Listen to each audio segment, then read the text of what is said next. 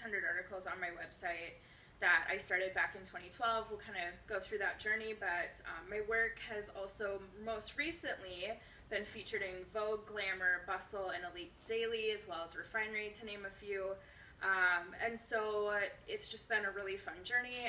I've been on some really awesome podcasts, and just been really promoting the book as of late, and it's been really fun. So I'm really excited to be here tonight. This bookstore is magic. Thank you for having me and having my book here. That means a lot. So I am going to read just a little bit from the introduction, because I think it just kind of opens up to talk about my experience. And yeah, so I'm just going to start out with a little reading from the very beginning of the book. So it says, in my multiple decades of astrological study and the honor of performing hundreds of chart readings, the most frequently asked question I receive are in regards to love. And why wouldn't they be? So from the day we are born, love is our deepest and most profound need. No matter our religion, race, gender, sexual orientation, biases, wealth, or health, we as humans want to love and be loved in return. We are not created to be alone, but to have companion, and therefore we will use whatever tools we have in our box to find, gain, and keep love. The notion of love is incredibly elusive and abstract, and it is experienced differently by everyone. These traits make it difficult to acquire and even more difficult to retain.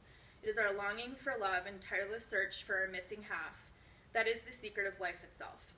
Astrology gives us answers about love that we can then use to find and obtain it. Astrology also allows us to understand our partner on a deeper level and even sympathize with parts of them that we may not have understood without this esoteric knowledge. It is my understanding that as we must master the positive traits of our own sun sign to be the partner we desire to be and to open our hearts to the love we all deserve. So that's how I start out my book. I also want to talk about just my journey in astrology and how I started, give you like the little backstory. So astrology has recently just had this crazy boom, especially during the pandemic. I've never seen it quite as popular as it has been now. I know obviously there was a big surge in the 60s and 70s, which is awesome. But ever since then, it has been just kind of riding on a wave. And I think when the world gets a little crazy, we just are looking for answers anywhere we can find them. And astrology is a tool to find answers in a lot of different ways, which is really why I love it, because you can use it for so many different things. For me personally, I've loved it way before it was cool, so I've loved it since then. I've loved it since I was about, from what I remember, 12, and I'm going to age myself by saying this, but I would wait on my dial-up internet, you know, and do my little dance to the song, and I'd sit there, and the very first thing that would pop open was Yahoo, and you'd see the horoscopes. Yahoo, right? And I remember reading them and thinking, wow, that really resonates with me as a person. And so it just fascinated me, and so I started looking into it more and more, and I came from a really religious household, so that was very taboo, and so I had to be really sneaky about it, and but so I was just naturally fascinated by it. So I continued to learn. I'd figure out the dates and everything, and I'd be like, oh, that person's an Aquarius, and then I'd observe them. And then I'd start making connections. So from the age of 12, and from to now, I've been making connections because I immediately find out their birthday. And then I'm like, wow, yep, I see that now. So I've just always found it really fascinating. And the thing with astrology is it's always right. The more and more you learn about it, the more and more you're like, wow, this is really cool. Then I, obviously grew up and I moved into my 20s, and what do you do when you're in 20s? You date. So I had kind of an interesting dating life. I didn't, get married young or anything like that. So I dated a lot of different people and met a lot of different characters, and I just always was like, wow, like this dating and astrology and the connections between them is really crazy. And so I wanted to learn more about it, and back then, there was not what there is online today, and so I went to my local bookshop, and I got, this is the exact one I got, this book. Have you all read this, ever heard of this? Yeah. This brick. I haven't. even think this is the original print, but it's an old one. You can see it's very well loved, but I read this thing from cover to cover and fell in love with this, like deeply in love with astrology, and especially synastry and astrology and relationships and astrology, and I was like, oh my gosh, this is so cool, like how they mesh with each other, and how, you know, I just was really fascinated by it. So all my friends knew that I was the astrology person, you know, and so they would start dating someone, and they'd be like, Desiree, I just started dating this guy, what am I like with him? And so I'd be like, well, and I give you the tea. So I'd be like, well, this is what you like. And one friend of mine said, well, you should really write about this. And I was like, you think so? And she's like, yeah, this is really interesting. Because I love Linda, but if you've read this, there's gender in here.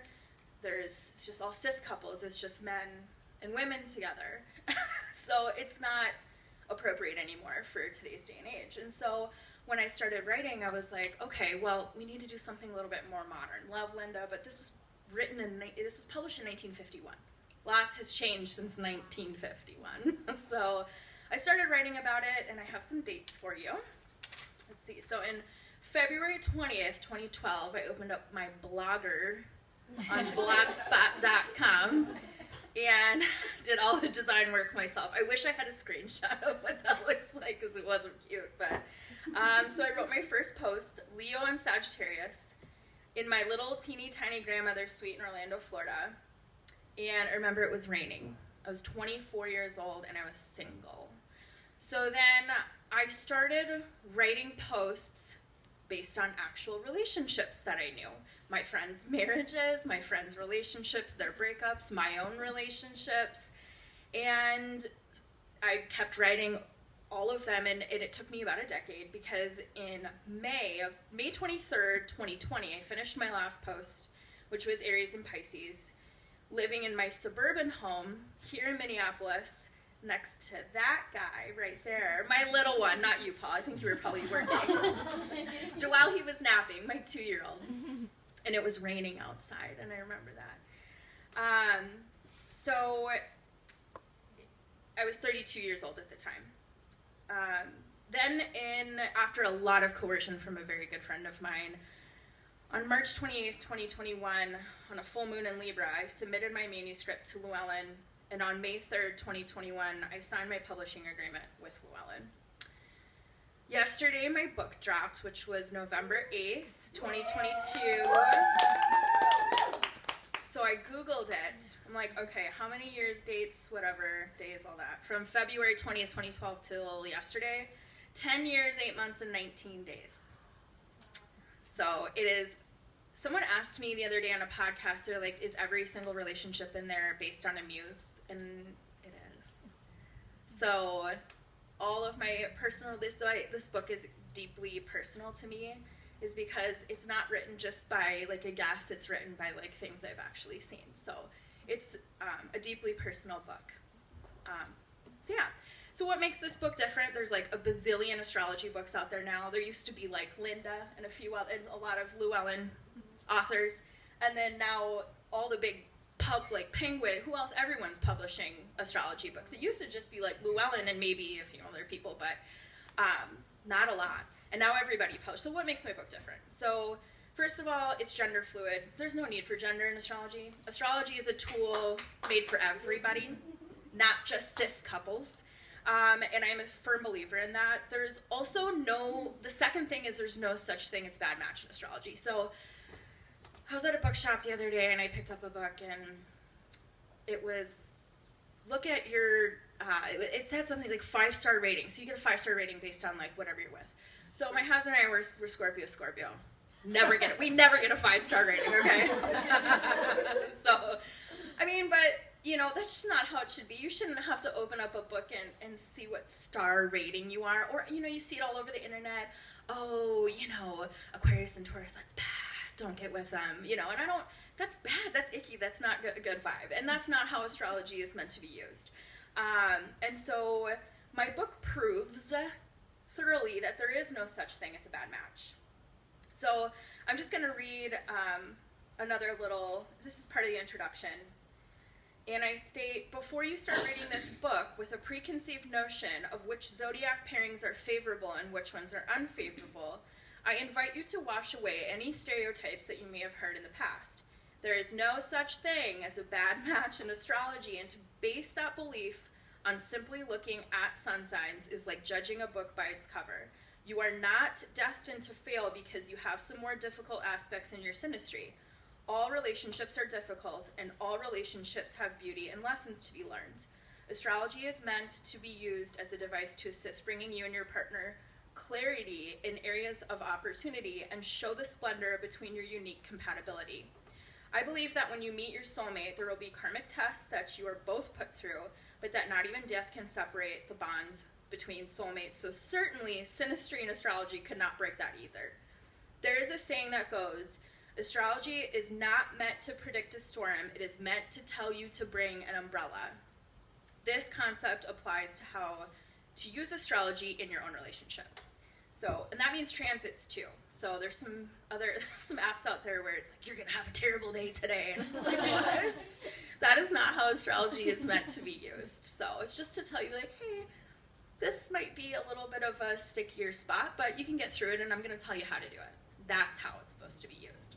Just saying, like, you can still use those apps if you want to, though. So what will you find in the book? So the book starts with The Secrets of Synastry, which when I open up a synastry chart, the very first things that I look at are aspects, element, and modality. Those are the key ingredients into harmony and synastry. So aspects is probably the first thing that pops out. So if you go to like astrocharts.com, you'll see like the color, right? You see a lot of red, and you're like, ooh, don't worry, it's okay. Square aspects are actually really good for your relationship because they cause that fun friction. Because if everything was easy all the time, what fun would that be, right?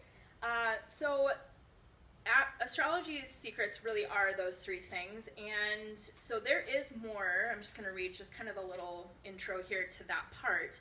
There's more to sun signs when it comes to understanding love astrologically. Synastry between all of the planets is crucial to understanding the overall vibration between individuals. Synastry is defined as a way to determine a couple's likely compatibility and dynamics through comparing their natal charts by overlaying them on top of one another. The three factors used when determining a match's harmony are their aspects, elements, and modalities. So I go into, throughout the introduction, I talk deeply about those three things so that you get a really good idea of what they all are and how they work together. And then it helps you understand the uniqueness of each of the 78 matches in the zodiac. So then I go into the chapter. So it starts with Aries, of course, because why wouldn't we start with Aries, right? So I talk about the love archetype. So for example, Aries' love archetype is the warrior of love. They're a brave and bold lover who enjoys taking the lead. They're inspirational, aggressive, and dynamic. Aries' lesson in love is to impart that love is virtue and absorb that love is faith. And then I have some just like fun things like associations, like their color, crystals, what kind of flowers. And the reason I did this was gifts for friends, for your partner, for whomever, for yourself. Yeah.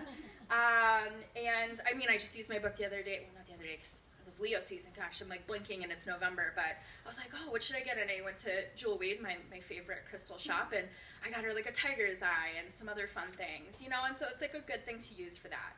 So then I go into their ruling planet, their mythology, some positive and negatives about each sign, how they love, how to spot one, because if you're really like, oh, I really want that sign, like, it helps you like spot them. I love guessing people's sign. That's like one of my favorite things to do. How to lose one and how to bed one. That's an important piece of the relationship. So it gets a little steamy in there. And then it starts with all of the 78 relationships. So it starts with Aries and Aries, and it goes all the way down and ends with Pisces and Pisces. So that is, you know, the meat and potatoes of the book. So let's see here. So other ways to use the book, right? So you can use these for you and your partner's rising signs. You can use them for your moon signs, your Venus, your Mars, all those things. And it will resonate. But you can also use it for yourself. So let's say you don't have a partner and you're like, well, I just want to love myself right now. You can look at the planetary aspects between your own chart, so your sun and your moon. So read that chapter and see if that resonates with you, and find some like compassion for yourself, because we could all be a little kinder to ourselves every once in a while. So that is how you can use that. And then I think she already told you how you can find me, but I'm on Instagram, simplysunsigns.com. I'm very active on Instagram, Simply Sunsigns. And I post a lot about transits because people love those. So I post like a daily transit forecasts and just a lot of fun articles. I'm featured in some really cool, fun magazines and stuff like that, and a lot of podcasts. And we'll be doing a giveaway for a book and some jewelry if you like jewelry. So there's just like, it's just a good, fun thing to follow. So I'm going to let you go, but the last thing I'm going to do is just read a little bit of my conclusion, and then I'll open it up for questions you may have. So there really is not a right or a wrong way to go about falling in and out of love just your way. I've been observing and writing about astrology or astrological compatibility for decades, and there are still things to be learned. Each relationship is like a snowflake. There are really no two that are just alike. I've never seen a synastry chart that's ever alike. Some that are similar, but never, ever the same, ever. Which means, like, for you to have, like, the exact same synastry chart, it would be like a pair of twins or something, identical. And even then, they're still, like, a few minutes apart. So it's, like, almost impossible. That's how unique relationships are. Sorry about that tangent. I just wanted to clarify. In a similar fashion, your natal chart and your synastry is completely original as well. There has never been or ever will be a love story quite like yours. Every relationship has its highs and its lows, its blessings and areas of opportunity. My hope is that this book gives you a new set of eyes to see your partner through, as well as room to grow, understand, and your companion on a new level, in hopes of prolonging and bettering your love, or in finding love.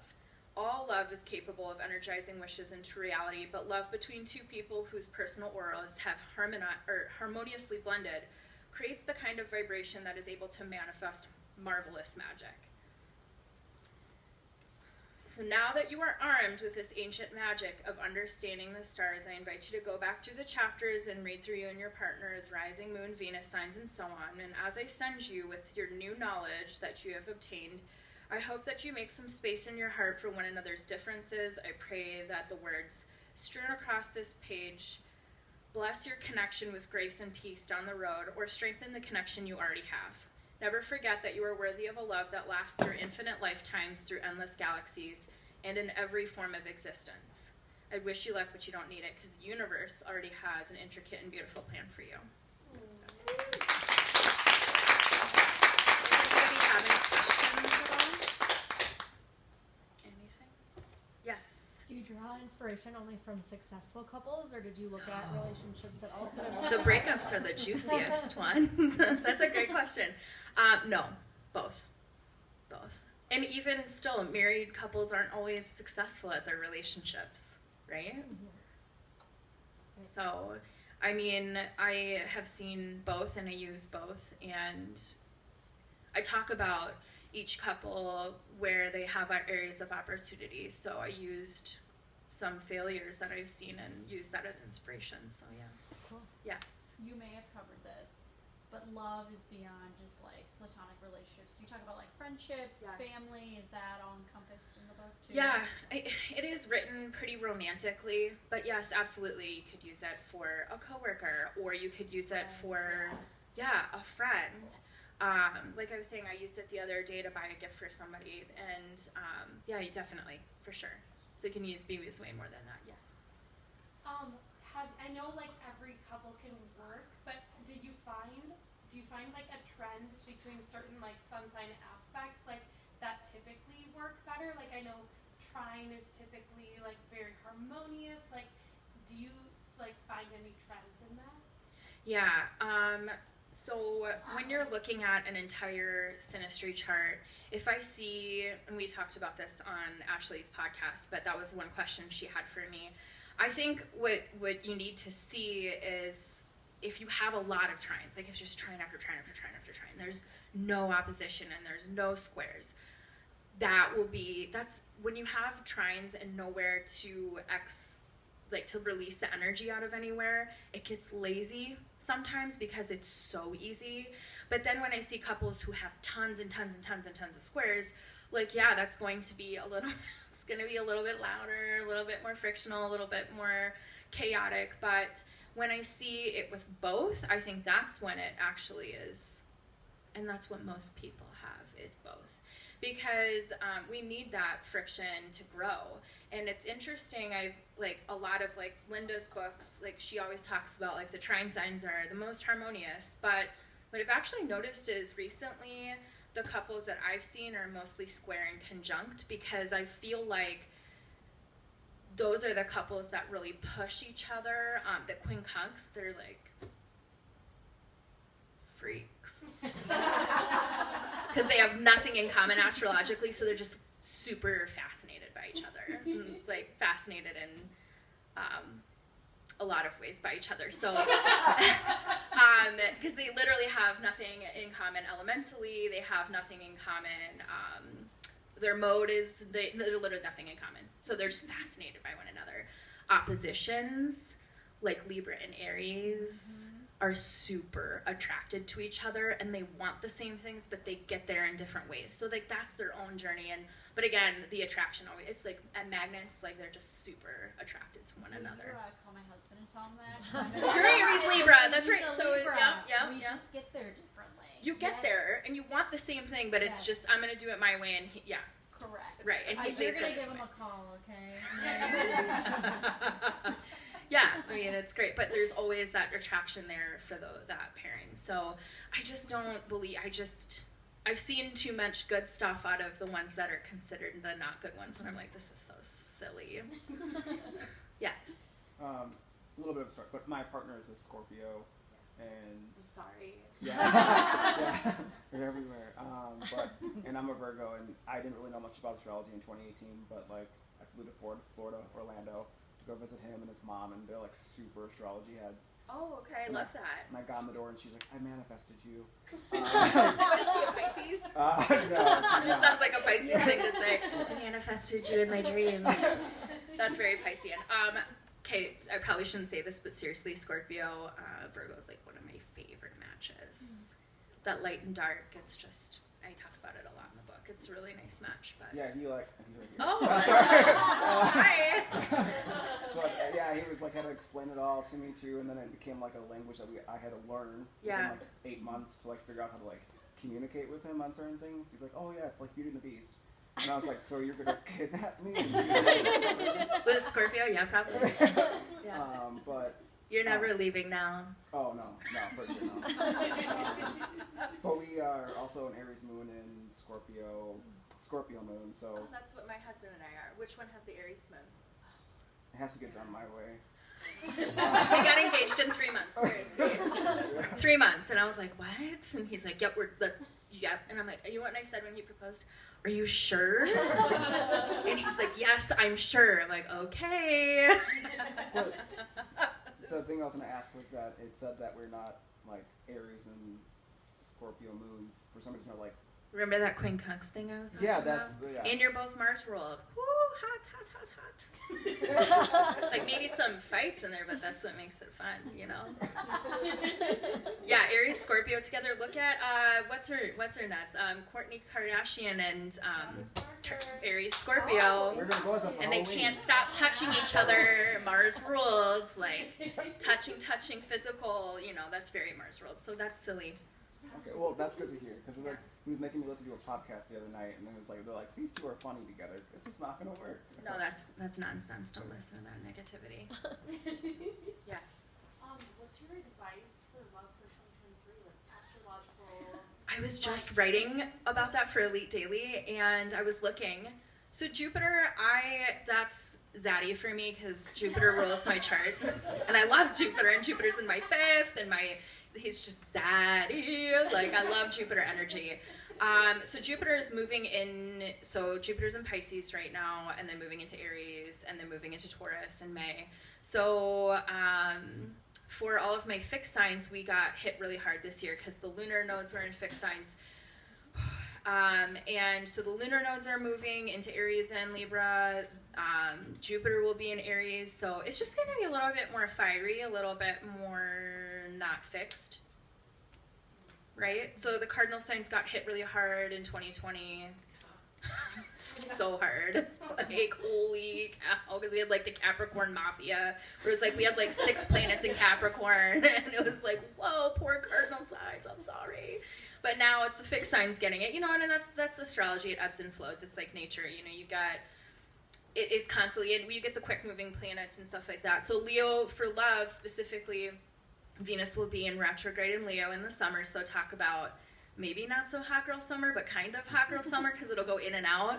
But if you have like an ex that maybe could creep in the from the past, that's actually how we got back together. Was Venus was retrograding and you called me and I was like, oh hey, and I was like, oh, Venus is retrograde, bringing back, and we've known each other since we were children, so very karmic. His sun sits on my south node, so yeah. Yes. You were on the show. We talked a little bit about the younger generation and like how they're so forward about this, and I'm like, I wish. I ship that. Like that's amazing. However, I'm curious if like, do you think this will change dating, like the way Gen Z is about this? Like, is there? Who has Pluto and Sagittarius in here? Raise your hand. Maybe Ethan. I want to know. No? Okay, so that's Gen Z. So whenever someone's like, I'm on the edge, I'm kind of like a millennial, but I'm like, where's your Pluto? Sagittarius, you're Gen Z. Okay. Are you you're Gen Z? No, you're not. Late Scorpio. Yeah, so you're millennial. So it is so crazy to me, like, how open this generation is. Like, I'm flabbergasted. I, like, love it. I'm like, wow, you guys just tell each other everything right away. It's like, no, hold it back. Classic Sagittarian. So I would have never in a million years when I was dating back in 2012 been like, so what's your sun sign? What's your time of birth? Right? There's that meme going around if she asks you, or like the mom, would somebody tell me what it is? Because I'll butcher it. But it's like, What is what time you're born? yeah, run. If she asks what time you're born, run. Like if he calls mom, because what kind, not a lot of, mom, what time was I born? Run. Don't tell her anything. I would probably do the opposite. I'd be like, ooh, who is she? Bring her over. Then I can talk about astrology, or he, whatever. But I would love that. But anyway, so I think they do. I think, like, you go on a date with a Gen Zer and they're like, yeah, I'm a Scorpio with a Scorpio moon and Sagittarius rising. And then, the date's like, oh, I'm this. And it's like, everyone knows what they are. It's so crazy. So I had to be sneaky about it when I was going on dates because you couldn't ask that question. So I think it's changing dating. And I think there's even, like, dating apps that include your astrological information.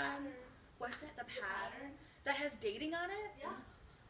Been out of the game for a while. It's small in Minneapolis, but. Oh, hey, okay, all right. I mean, but you have to be careful because I was saying, you could be missing out on the relationship of your lifetime, and you could be like have square suns, square moons, and whatever. Like, who cares? I mean, and if you don't make it all the way to the end, you can learn from it. So, any other questions? Thanks for all the good questions. Where's Trey? Oh, They're taking an adventure.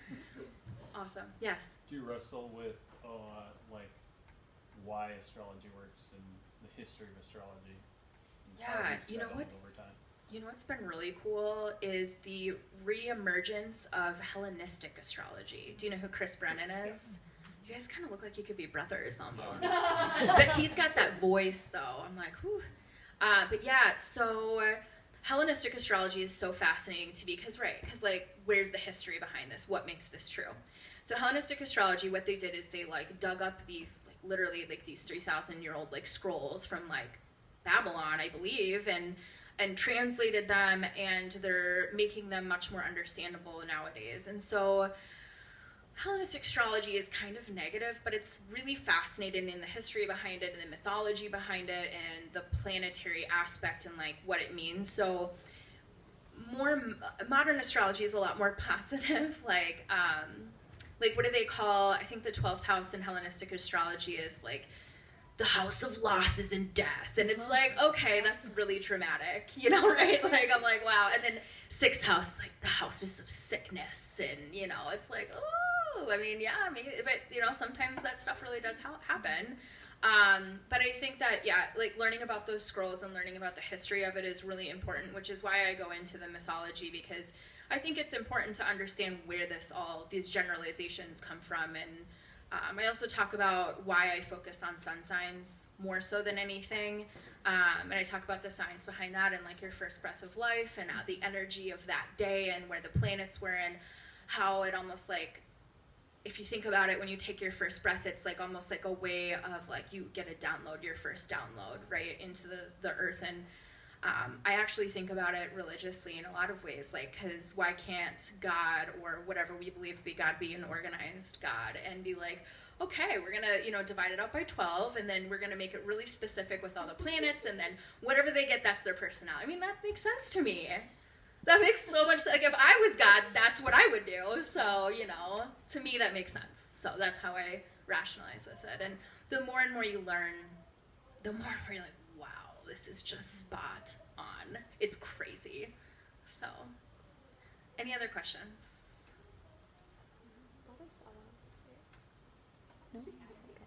I thought I saw a hand over there a second ago. Yes. Okay. Sorry. I thought I was like very in the astrology world, but I'm like, oh, I don't even know. How do you find out your moon sign, your rising moon sign, and all Okay, I'm going to give you a really good website. Okay. Astro-charts.com. It's free. Okay. Just pop it in. I like it because you can switch from Placidus to whole sign. You can do synastry and composite charts. Composite charts are a little bit different. Composite charts it takes both you and your partner's signs, and it uses the midpoint between your signs, and then it casts one chart to work with, which you could still use this for. Synastry is juicier because you see way more angles between the planets. Yes. I know that you've said in the past you prefer to work with whole signs. Can you remind me why?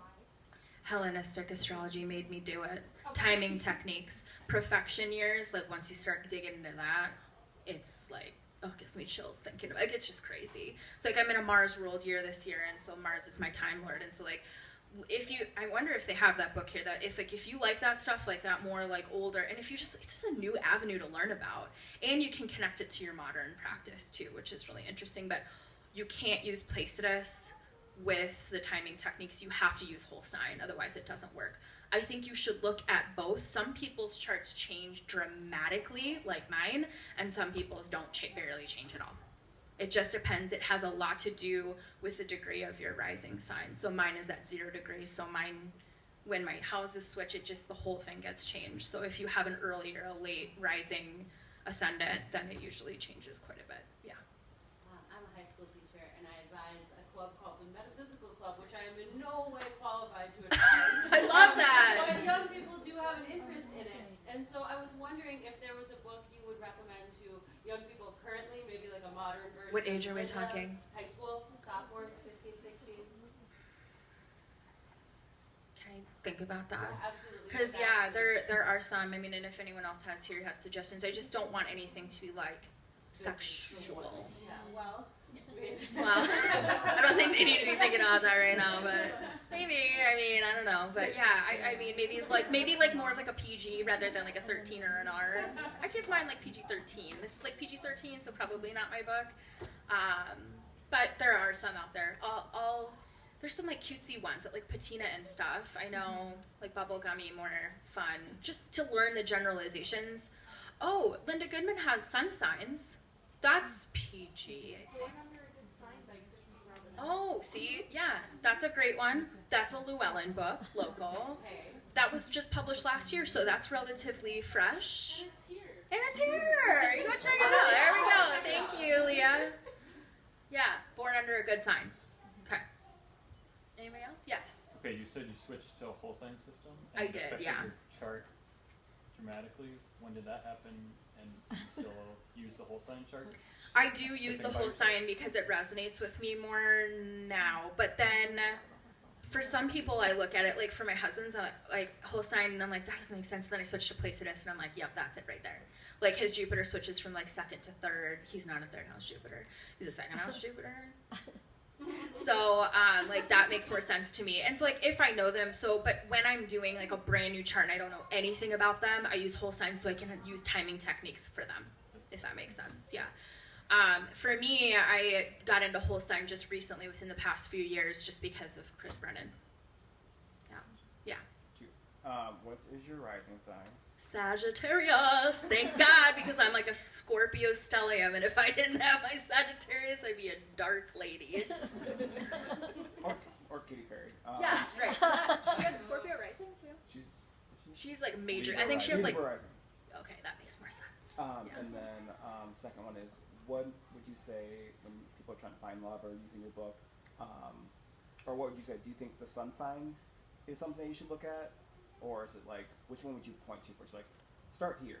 Sun sign. Start with a sun sign, and then the more and more info you get, just look at all of it. So what you can do is like, so for example, like for your Aries and Scorpio moons, you could like flip to that section and like read that. And like thinking of like, okay, moon means like my emotional makeup, and then connect it to that part of your relationship and see if it resonates with you.